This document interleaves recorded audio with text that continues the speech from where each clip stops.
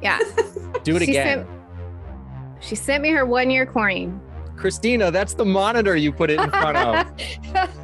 Yeah, she sent me her 1-year coin, her personal 1-year coin. And I think that means more to me than the one they would have handed me at GA. Like, I'll frame that bad boy. And it's like, I don't know if I could do that for like future sponsorees. Like, I don't know, because it came from Tara. So I don't know. I don't know if I can pass that on. All I got was a pin that said GA. My 1 year. And it was somebody else's. They were like, here's mine. We don't have a new one for you. Like, here you go. All right. You want to get started? Warning, this show may be triggering for anybody experiencing gambling-related harm. Please watch cautiously. We speak from our experiences only. Please seek professional help for a gambling addiction.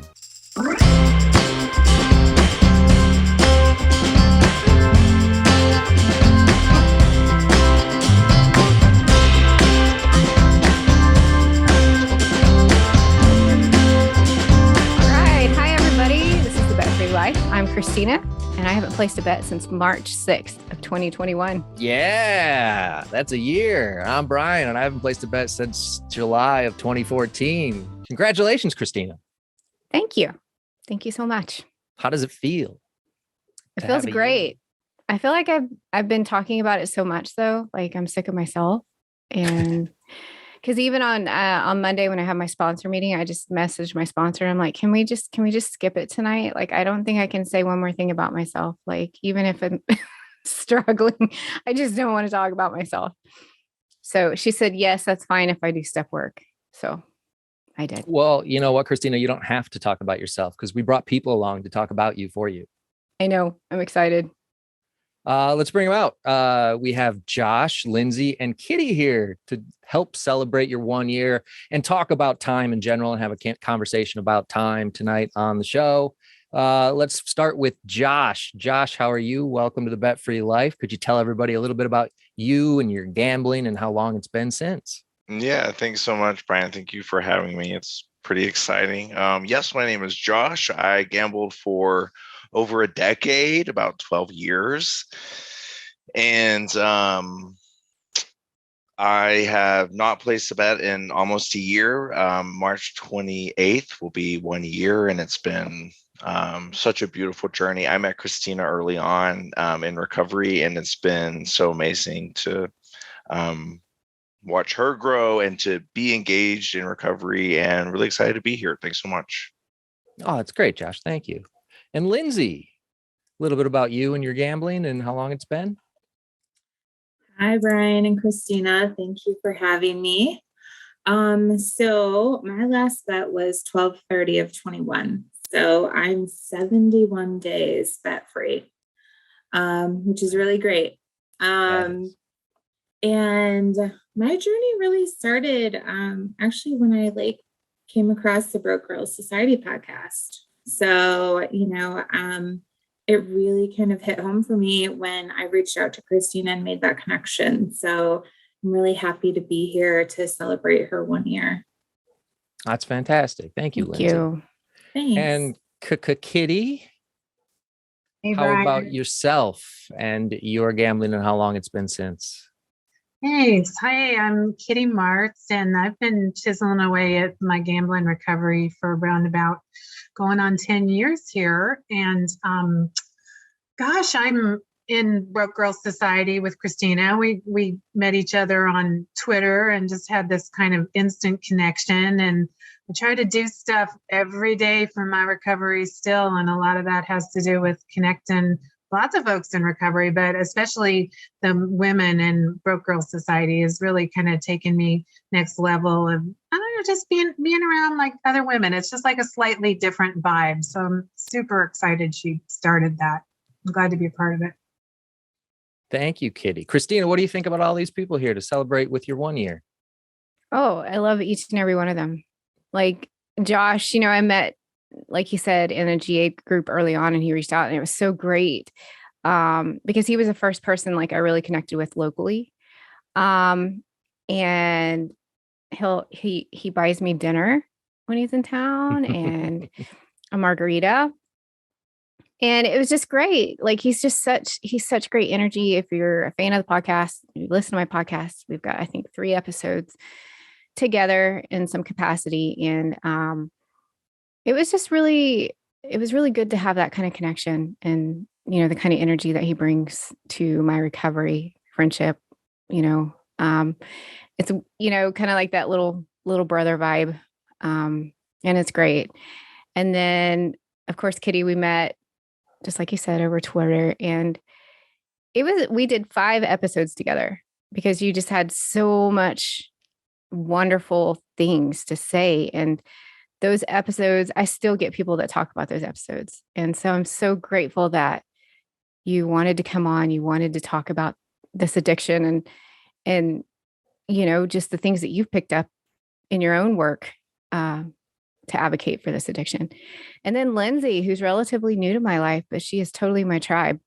Like you just meet those people and there's something about this recovery community. Same with Brian. There's just something about this recovery community when you meet somebody who's gone through the exact same things that you have, even if it is a little bit different, there's this core connection and it just hits differently. Like you just instantly understand what everybody's gone through and how they're trying to live their life now. So yeah, I'm so grateful for all of you, including you, Brian. What? Thank you. Well, Christina, I think we would all like to return the favor. And I think we're all going to say a few things about you now because you are at your 1 year and this evening is about you. So I'll just start off by saying I reached out to you on Twitter, just like Kitty, because I saw that there was somebody else doing a podcast about gambling addiction and there aren't many. So compared to the, other types of podcasts, there aren't many. Now there's plenty more. But I reached out and I said, hey, I'm Brian. I do a podcast. Do you want to talk? And you said yes. And so we talked and it was really cool. And then from there, we chatted a little bit. And then out of nowhere, we were talking and I had told you, I've always wanted to do a video show. And you said, me too. And so the next thing I know, there was a little bit of a thing in the middle, but within a couple months, we started this. And if not for you, I wouldn't be talking about gambling so much. So I thank you for that. But also your dedication to talking about your addiction is what I love because that's what's needed. That's what people need to hear is other people like themselves seeing and hearing how people recover. And you did that and you did it not just for women, but for everybody. But with regard to women, you have a special place in your heart to talk about it for women. And I think that's needed very much. And your voice is strong and powerful. And I'm glad you've been able to get it out. And I'm glad that you're at a year now and you can take that breath and be like, all right, let me put that year behind me and move forward. Because that's what it's all about. But congratulations on your year. That's something special. It's anniversaries are anniversaries, but they're special for a reason because I guess we're going to talk about time, but we measure time and a year is a pretty great spot to get to considering where you were a year ago. So very nicely done, Christina. I'm very proud of you and happy to call you my friend. Oh, thank you. I definitely that 1 year mark is just something that was my goal from early on. Like the 30 day, 60 day, 90 day, 6 month, 9 month, those were all just mile markers to get me to that 1 year. And it is something to be said to make it 1 year. I don't know that I'll count time as much now going forward. I'll just keep doing what I'm doing, taking it one day at a time. But 366 days, 367, 368. Yeah. I'm just going to keep moving forward. And, so I appreciate it. I know like I just kept throwing things at you and that's just how I roll. So like, let's do this. Keep throwing. Some of it sticks in here. Yeah. So Christina, Don't make me cry. I won't. You know what?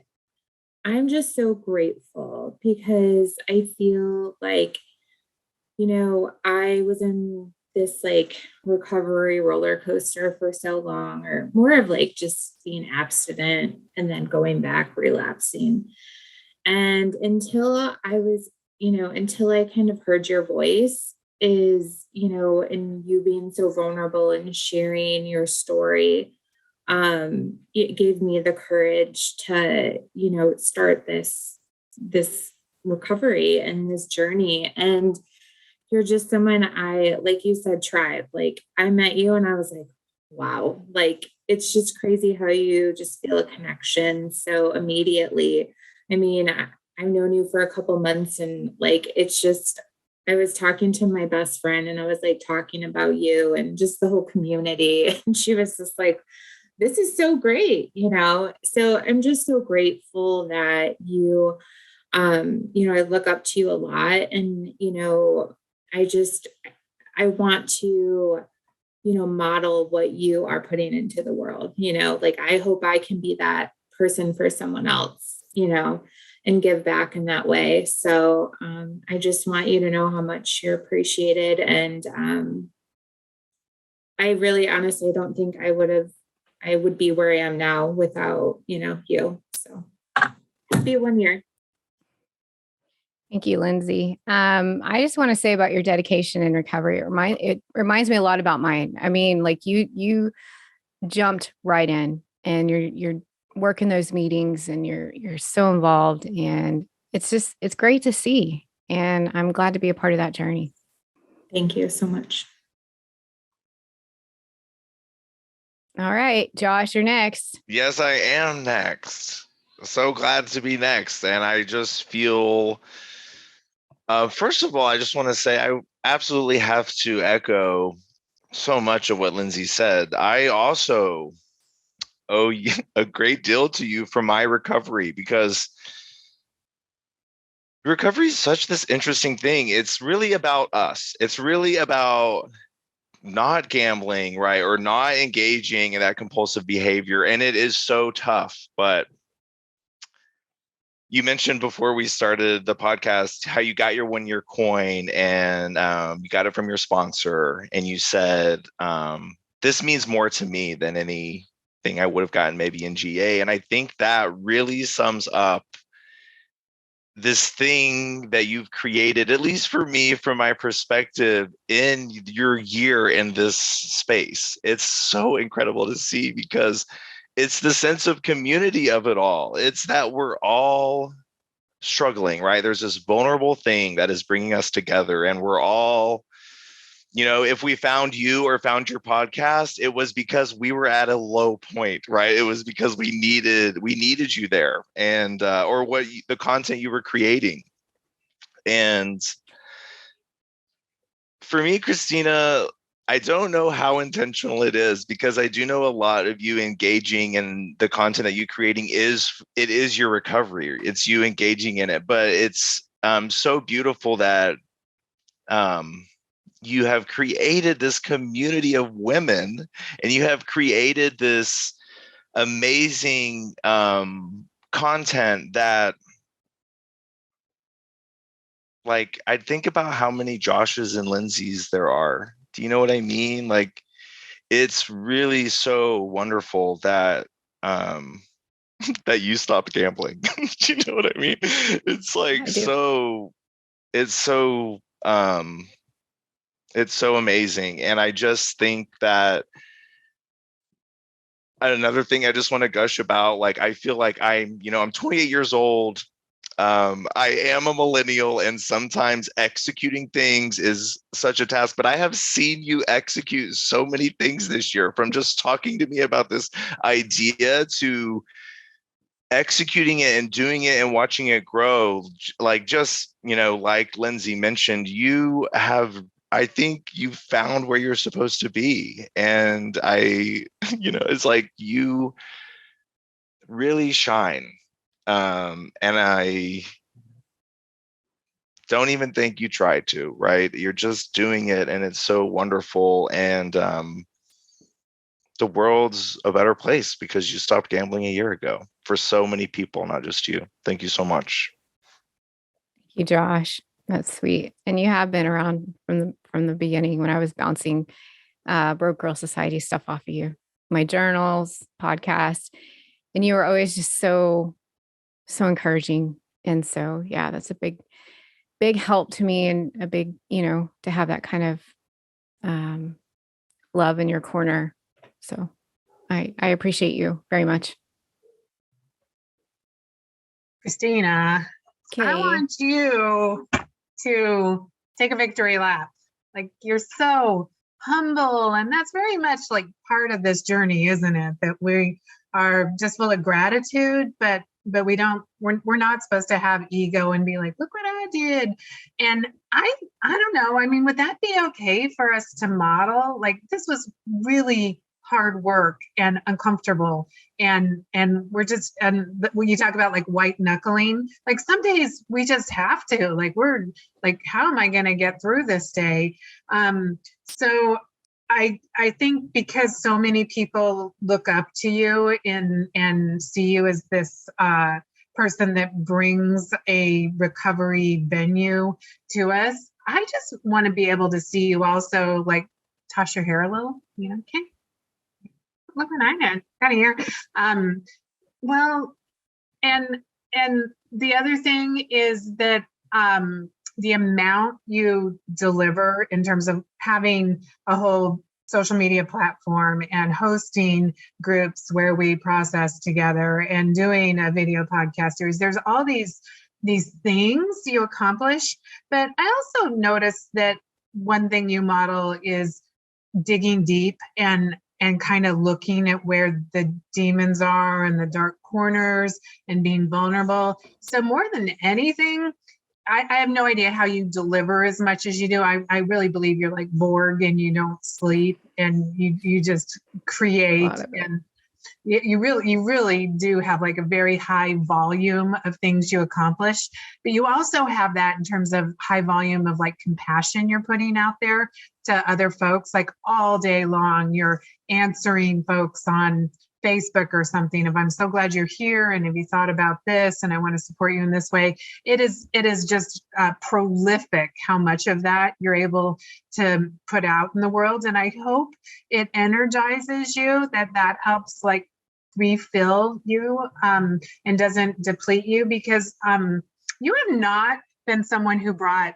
like excuses to your recovery. It is so easy to be like, oh, I work full time, I'm tired, I don't have it left in me today, or I gotta bow out of this, and I mean, they're even not excuses, they're legitimate reasons, but you just continually have showed up for things in a really courageous way and said like, I'm going to go ahead and try that. I don't even know how to do that, but I can figure that out and then do it really, really well in a meaningful way that affects other people.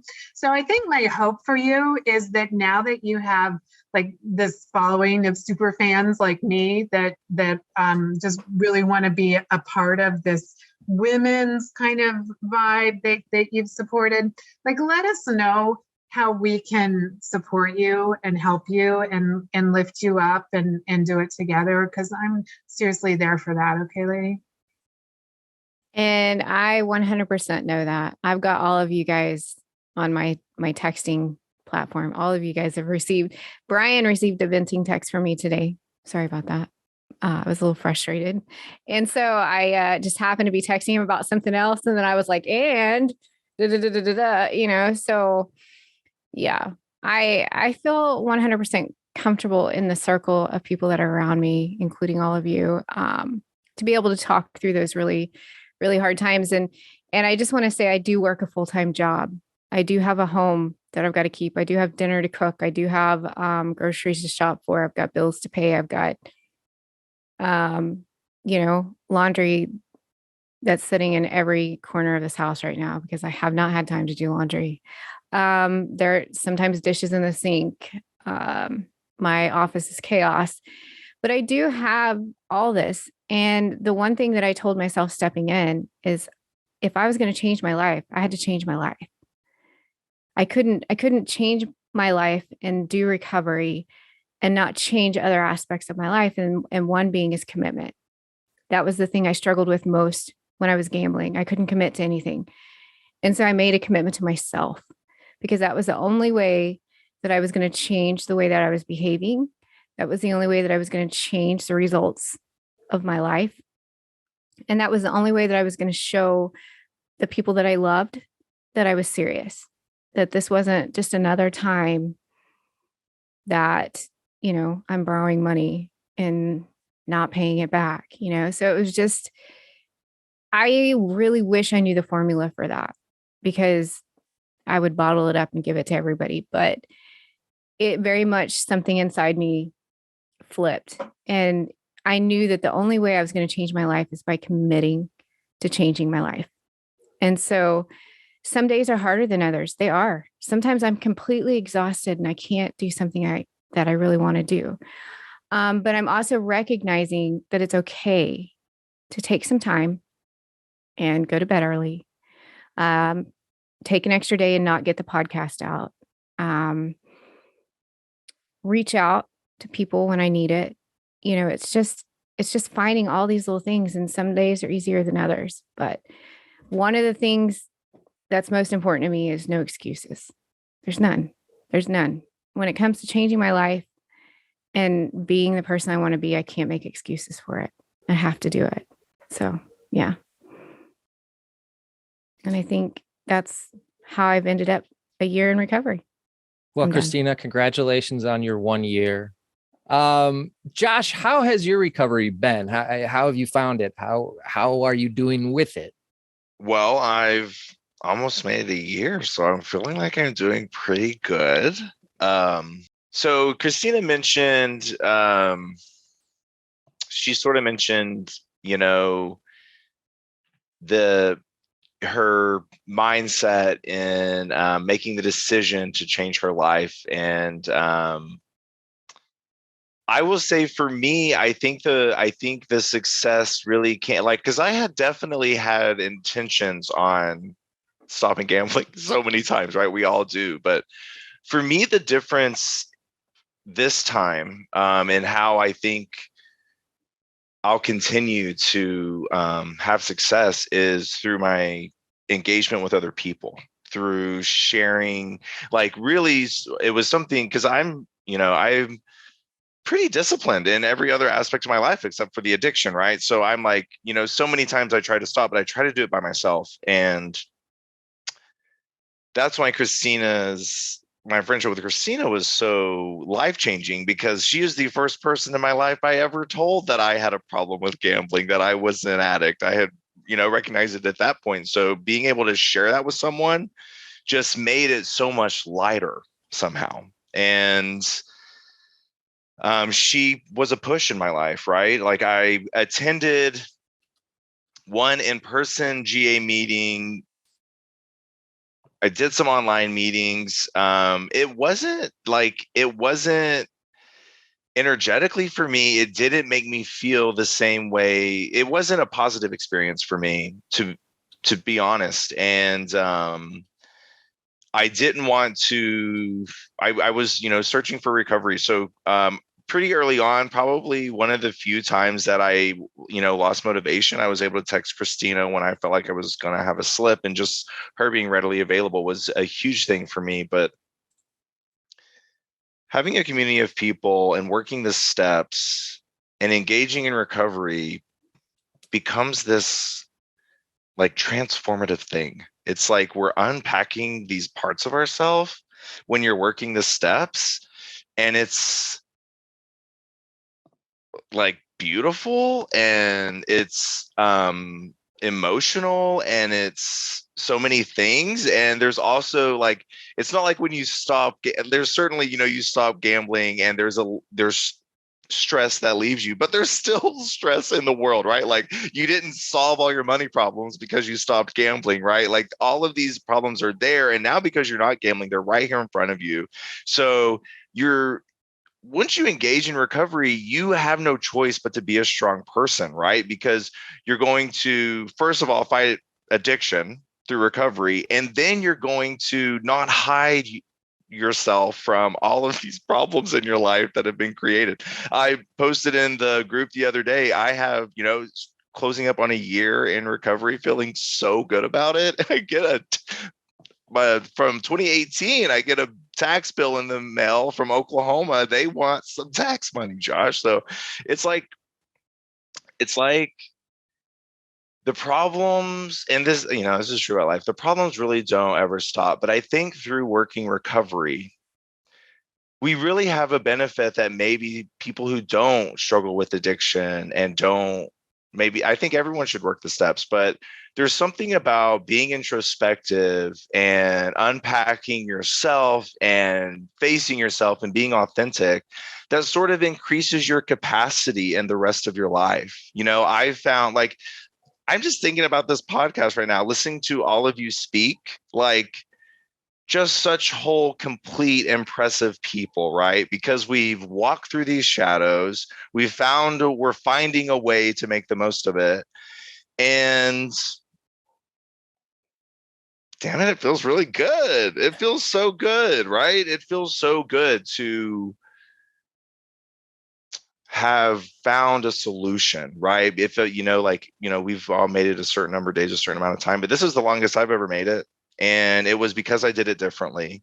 And I thought I was going to do it at a year, but I announced to my whole Facebook, I had a post, I came out on Facebook that I am an addict and this is something I struggle with. And I am just, if I had to choose one word to sum up how I feel about being almost a year in recovery, it would just be relief. I feel so relieved that I found something that works, and I feel the strength to carry on. And I'm just so relieved.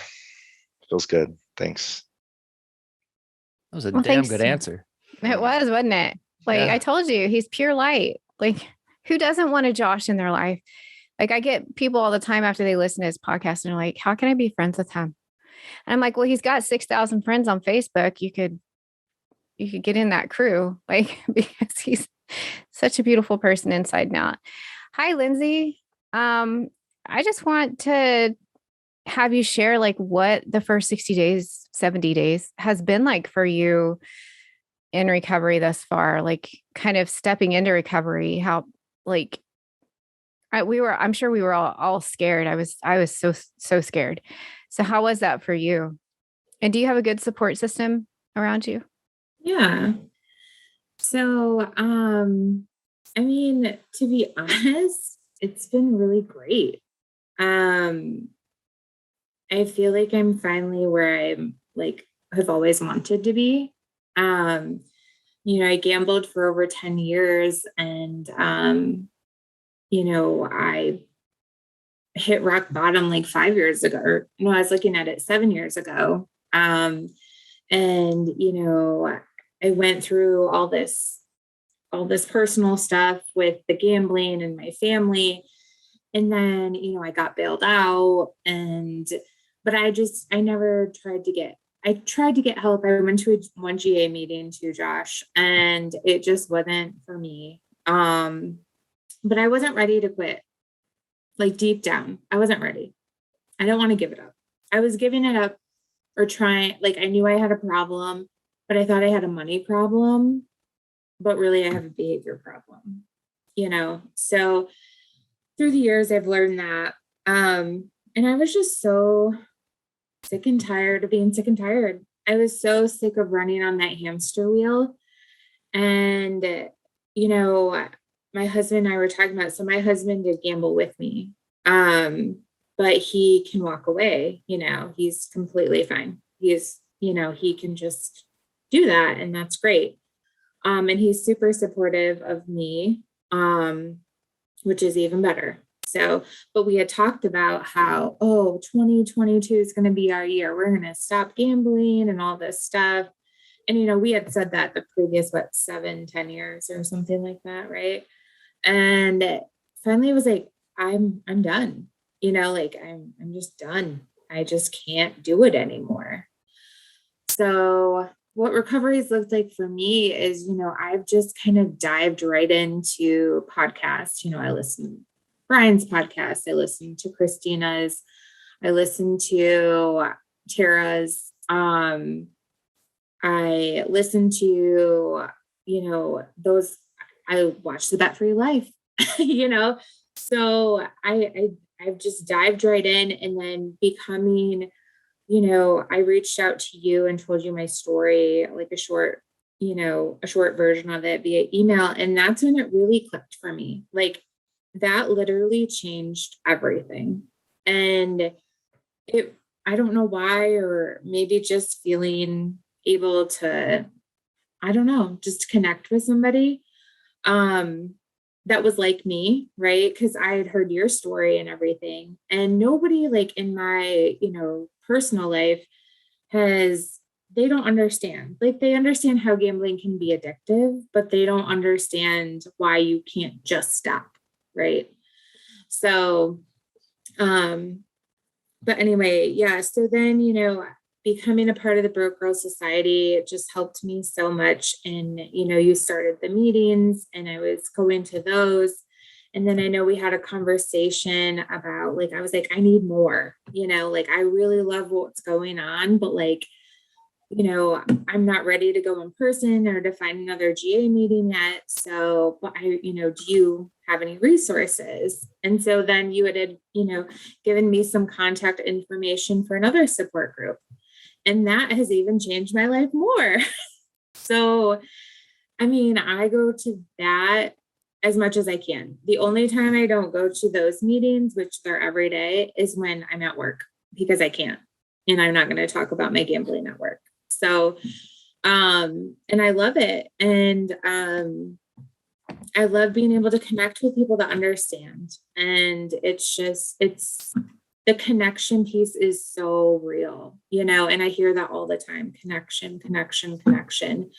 And I was actually watching one of your guys' past episodes with Arnie Wexler, and he had said, his last statement was, you can't do it alone. And it was like, damn right, Arnie. It's so true. And, I thought I could do it alone forever, all the times before. So these last 70 days, I've had 2 urges and I've been able to work through them. I'll be honest with you. I actually thought about it tonight, which is so crazy because Friday nights are triggers for me and paydays are triggers for me. So literally sitting there reading a book, thinking about gambling. And then I was like, what? What just happened? And, it was just so great to be able to talk, be like, absolutely not. I was talking to myself going, get that out of your head right now. Absolutely not. You didn't come this far, you're going all the way. So, yeah, I'm just so happy and just so grateful. And I remember when I was gambling still, I always, I'd go to the casino. It was all fun and games. And then, I get home and I'm like, gosh, is this ever going to end? When is this going to end? And, I know I'm still new into recovery, but this is it. This is the beginning. This is the beginning of my new life. And I'm so grateful for it. So thank you for letting me share. Thank you, Lindsay. Thank you very much. Yeah. Kitty, could you talk about at 10 years, do you still think about it? Is it a recurring thought about gambling? Do you still have to be vigilant, or have you relaxed a little and just not thought about it? Oh, I think about it. Do you remember that Saturday Night Live about the land shark where he's like, plumber, ma'am. And it's like, you're that shark, aren't you? And it's like, actually, I'm more of just a dolphin, ma'am. And it does that. It comes back in sort of like sheep's clothing. And it could be cross addiction, like the whack-a-mole where something else comes up. And then that just sort of makes self-esteem go down. And it's like, all right, I moved and I was just uncomfortable. And that gets me thinking about noticing the place down the street where I go, okay, I've just moved where I can see the sign for the gambling walking distance from my home, which is incredibly dangerous. I'm just aware it's there. And so my life coach has got me thinking about like my no matter what's, and I will not go into that place no matter what. Like there could be a snowstorm and my car's broken down and I need to find shelter. And I have to say, there's nothing for me in there still.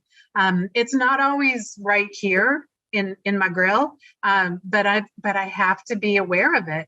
It also comes back in other ways. Like I was talking about how the Super Bowl recently, it had those QR codes floating around on the screen.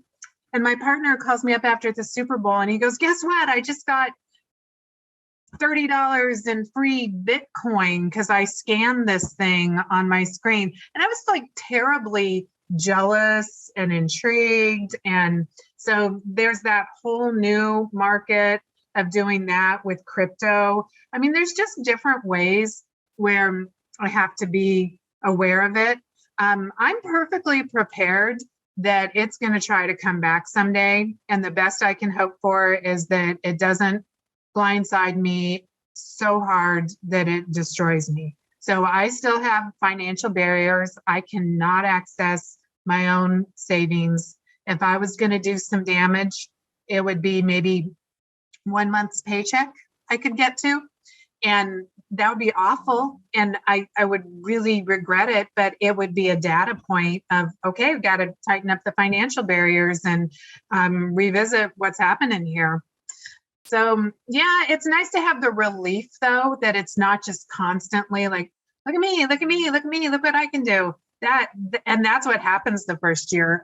I think that's one of the things that's so nice to be around this positivity. Like all of y'all are just a breath of fresh air and doing great things in your recovery and finding the positives. But I just want to acknowledge that my first year was bullshit. It was extremely painful. There was Facebook had this thing called, I won't even say what it is. They had non-monetized casino games that were exactly the games I was playing at casinos. And all I had to do was just spend 15 hours a day opening up fake profiles to get the fake coin things to play it. And it was still being in action. And that's like right after I got out of a couple months of being in inpatient treatment for gambling. And I called up someone, my support group back then were these older adult men that drove me around to GA meetings. And a lot of them are no longer living now, but those guys saved me because that was the army I had at the time to go to war with. I'm glad now in this part of my recovery that there's these other folks that are into other things like smart recovery or something secular or women's groups, or there's just like more choices. But those were the folks I had. And I don't know. I guess I just want to talk more about that. Like, this is not easy. We were gambling for a reason. Like, our hearts were broken. Our marriages were a mess. We hated our jobs. We hated our bodies. Like it was a solution to a lot of things. And then we take the gambling away, and what do we got? We just got the problems that we were wanting to escape from. And we still have boredom, and we still have like pain and stress and stuff we want to get away from, but we don't have anything new right away to fill that in. And when people go, well, get a hobby, it's like, it takes like 10,000 hours to learn to play the violin. I don't have that yet. I know how to just push a button and have immediate gratification.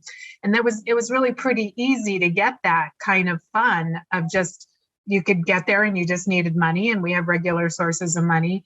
So it's rough to fill that in. And I hope people, as much as like y'all have started podcasts and done these really big things, I think when we talk about like one day at a time, the reason is we got to have like really short little rewards. Like, I did the dishes, or I got out of bed, or like keep it like pretty basic of the things I went to my meeting, even though I didn't feel well, those kind of things. They have to be like pretty short things. I also noticed that I had, I think it's called anhedonia, but like an inability to feel anything, like no joy. It wasn't like the gambling went away and I was so sad when the gambling was happening. And then all of a sudden I was like, oh, I feel so good now.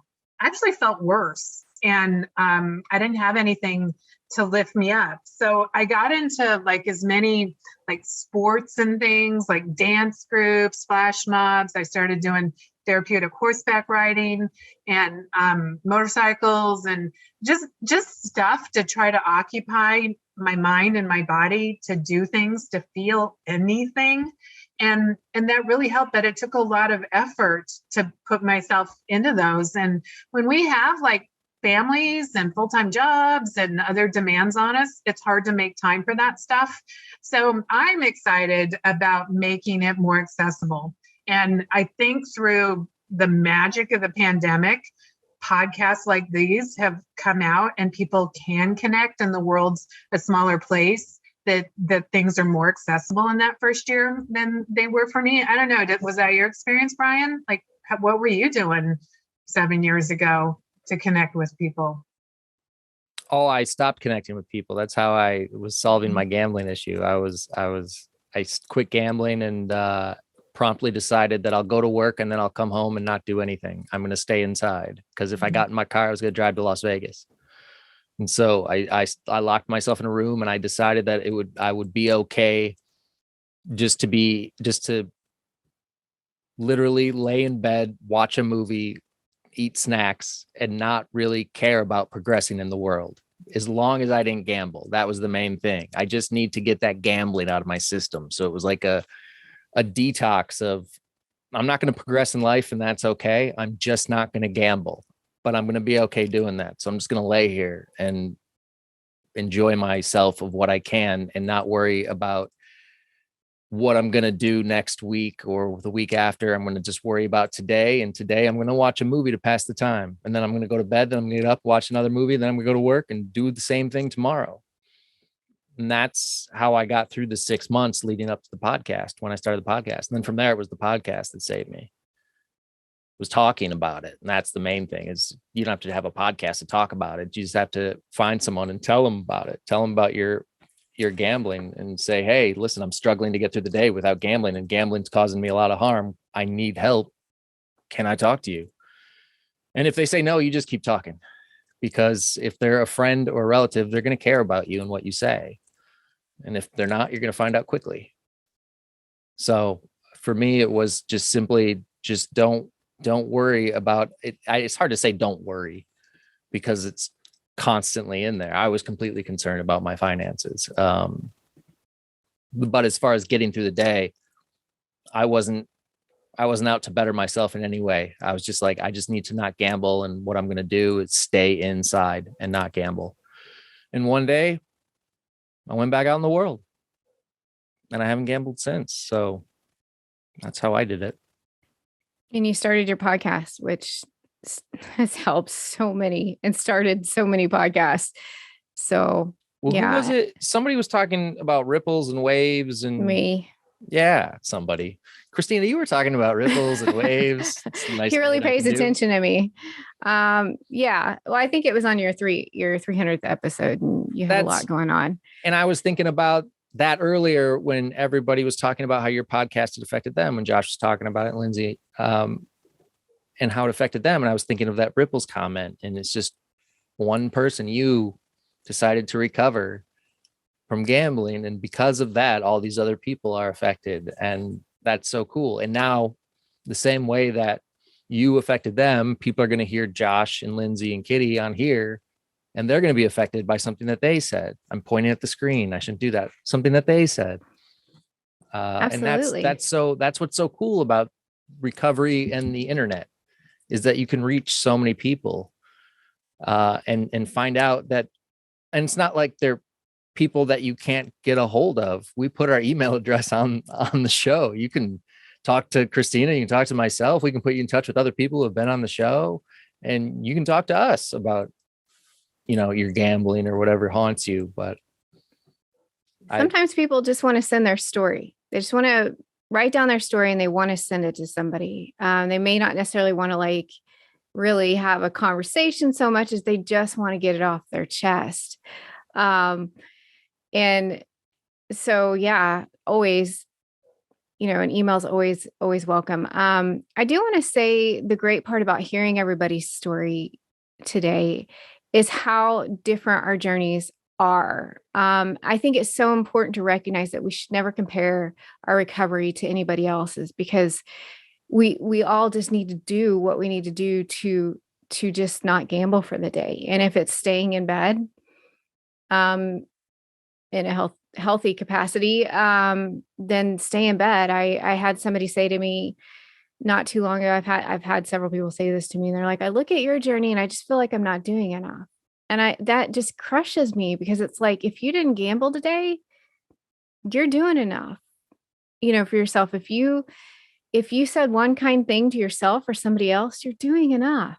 Like, I don't know what's wrong with me, to be honest. I don't know what has gotten into me as far as like, doing what I'm doing. I just feel such passion for it.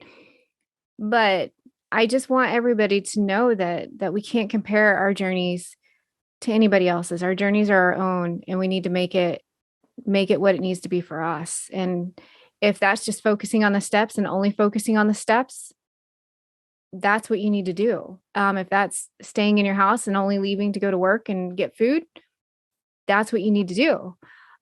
So yeah, I just am so thankful that you all have shared the beginning steps of your journey. So hopefully people listening will be able to connect with that. I think those are good words to go out on. I would say. Well, I want to ask Josh one Sure. question. Okay. So Josh is an honorary Broke Girl Society member, and we are all so thankful for that. I just want to ask him, what is it like being in the group as a fella? Because we have, I think, 5 guys in the group, and I do vet them, before they come in the group. They have to have a certain energy. And yeah, so what's it like?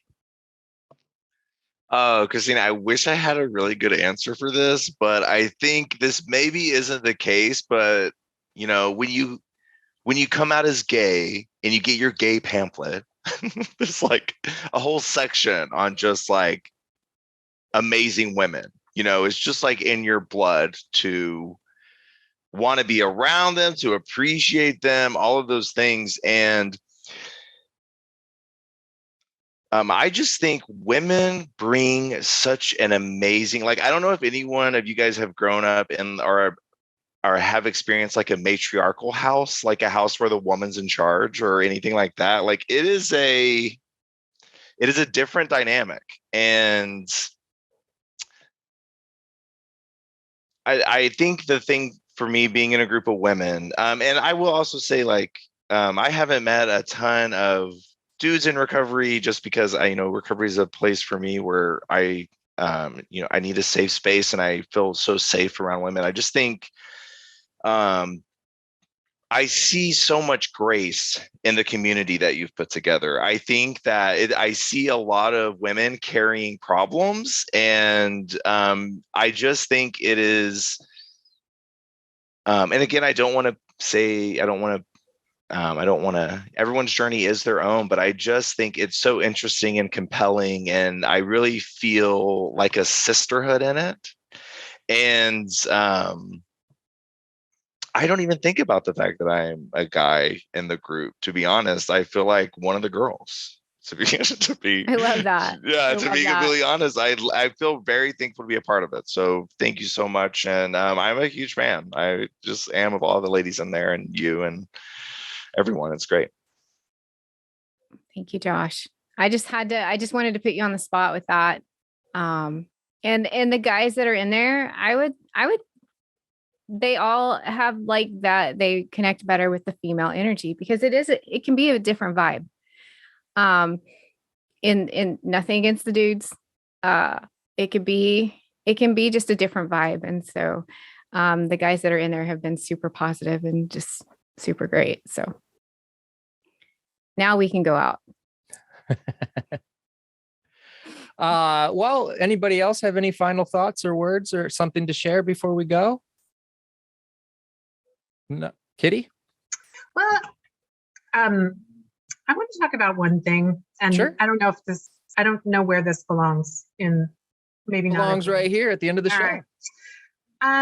Gambling's kind of unique from other addictions because if you have like alcohol use disorder, you drink and you get ill, and then like hopefully you stop and there's a medical intervention, and then you start getting better, and then hopefully it goes away. But with us, sometimes there's a lot of consequences, and there's a lot of financial consequences. And I just want to acknowledge that what Josh said earlier about getting a tax bill when we thought we were in the clear. It is really hard to get through that first year when we just have like crippling debt over us. And so I guess I would feel remiss to not tell people that there are ways to deal with that. And if you go to a group that says don't declare bankruptcy, that's kind of an old school way of talking. There's different kinds of bankruptcies now. There's Chapter 7 and 11 and 13, and there's restructuring, and there's programs that can help you consolidate your loans. And I mean, I wish there were programs that worked with like podcasts like this that we could talk about them. But they're really successful in reducing your interest rate and getting one manageable payment. So people just don't feel buried all the time and can get some of that pressure up. So I just want to put a plug in for if you're feeling like you're doing all the things you can to put the gambling away, but there's still this like consequence with debt. Don't give up. There's solutions. Okay. Absolutely. Thank you, Kitty. Go ahead. Brian. Can I add to that real quick? Yeah. I filed bankruptcy, and I was one of those people who went to GA and no bailouts. And so I was like, oh boy, no bailouts. But also I was just, I did this and I need to pay all my debts. And then after the third relapse, and it was worse than it had ever been, it was like, I'm not like my whole life. If I have to go if I have to work 2 and 3 jobs again for the next 10 years to do this again, I can't, I'm not going to be around for that. So I filed bankruptcy and I have no regrets, and I'm no one to give financial advice, but if you can, do it, because it's better and much more relieving on all of your stress and more helpful in recovery if you don't have to worry about how you're going to pay for your next meal and your next month's rent. Yeah. Just the only thing I would add to that is just make sure you're working a program of recovery so that it doesn't, for some, it might would send them back because they think that all that debt's cleared because you won't be able to do it again. Yeah. I think that's the concern of GA is that, well, if you just take away all of that, then they'll feel like they can gamble again because they have money again. And obviously, yes, absolutely. Thank you for saying that. I was done gambling when I filed that. That was it for me. Yeah. I remember that you was a red talking about line. that. Yeah, that was a red line for me. I was like, I got to bankruptcy. I cannot believe I got to this place. I never thought I would get here. And so at that point, that's the other thing that keeps me from gambling is I have to remember that look where it got you. Look where it got you to bankruptcy. And I still have my envelope under the desk. Yeah. Big my bankruptcy paperwork that reminds envelope to remind you. And I'm a year in recovery. I'm still very much sorting through the financial mess of it. I think for the most part, I'm doing good. But every once in a while, something will pop up. And what I do when I say that, just reminded me real quick, is I had to get my tax forms for last year because I had that week vendor. And I don't remember my jackpots from that week from when I slipped or relapsed. I know that I won a bunch of jackpots and I went to a couple of different casinos, but I didn't remember any of them. I couldn't find any of my paperwork. So I ordered the paperwork from the casinos and I didn't even want to open them. I was like, oh, I don't know what's going on, but I opened them and the years previous were just like, I'm not going to go into numbers, but it's astronomical. Okay. It's something that's like only a gambler would understand. And to open this up and see just two jackpots at one and like one jackpot at another. Like that was amazing to me. Like that was it. You know what I mean? Because for years I'd had like thousands and thousands of dollars that I had to add. And to open it up and see that and to know that next year will be absolutely zero. Will be absolutely zero that I have to do on my tax returns. You know, because I've been dealing with this for 15 years. So, you know, I just want to put that out there to open them up this year and be like, oh my God, it's not nothing, but it's like compared to previous years. Hi, Birdie. Compared to previous years, it just actually made me happy. So, and I keep talking to the monitor. I'm so sorry. I have one more quick thing to add, and that was I really did have a problem with mentally just filing bankruptcy. And the reason that put me over the top was that one of the casinos that I had gambled at filed for bankruptcy, and several other casinos have filed for bankruptcy. And I thought if the casino that I lost my money to can file, then so can I. Absolutely. Well, for Christina and Josh and Lindsay and Kitty, thank you, the three of you, for joining us. That was terrific. I'm Brian. This was The Bet Free Life. Thanks for watching. Talking helps. Birdie says bye too.